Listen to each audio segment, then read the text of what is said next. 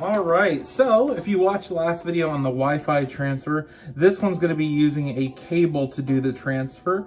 This is for you people that have a ton of stuff on your phones.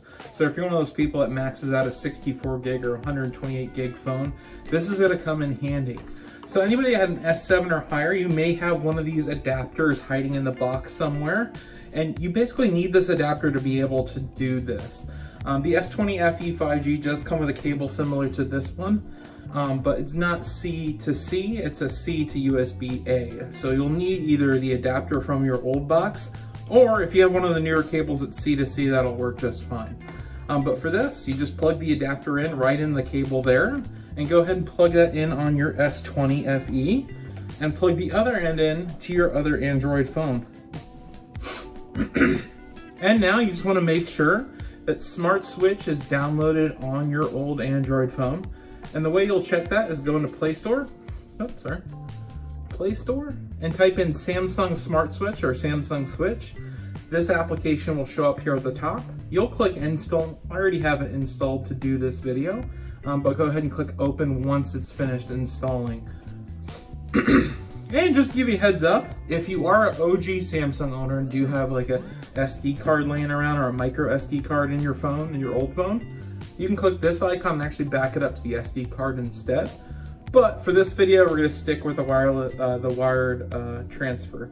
So once we're at this screen, you'll wanna go to your new phone and go into the Samsung folder and go ahead and click on Smart Switch right here. Once you're in there, you'll see a couple different options, but what we'll want to do is click Let's Go on this old phone and click the cable icon right there. So it'll come up just like this, and we're not quite there yet. So we'll want to go up here, pull down the notification bar, and you'll see right down here, you'll see Android system charging this device via USB. You may have a little bit different notification, but you should have one there showing your USB status. So on here, you'll click it once, it'll expand, and then you click it twice. Now it's going to show you some options. The only one we want it to be on right now is file transfer. So there's a ton of different options, but just do that file transfer. As soon as you do that, go ahead and click receive data on your new Samsung phone, and you'll see they'll actually start to read each other. And what your S20 is doing right now is reading the information you have on your OnePlus 7 Pro, and you'll actually get a list of all the things it's got to move over on here. Now, one important thing to know is it may try to bring your emails over.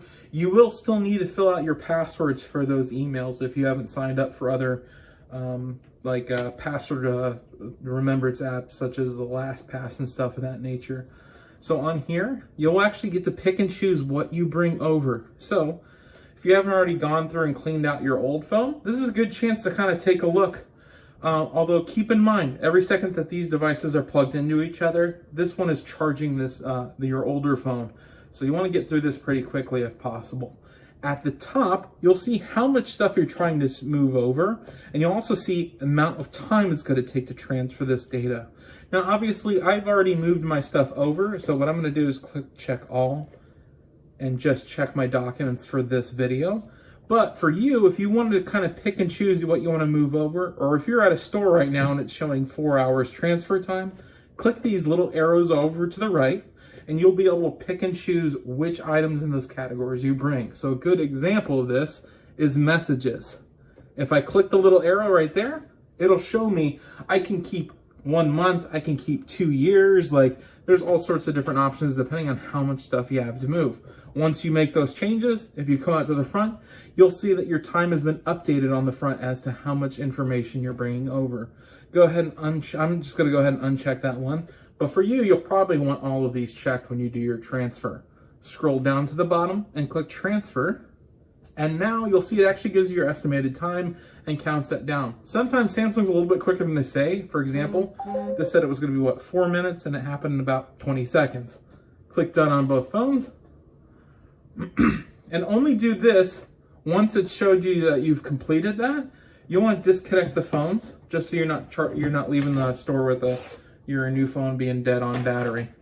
Now, a lot of people will race over to your old phone and go factory resetting it before this one's done.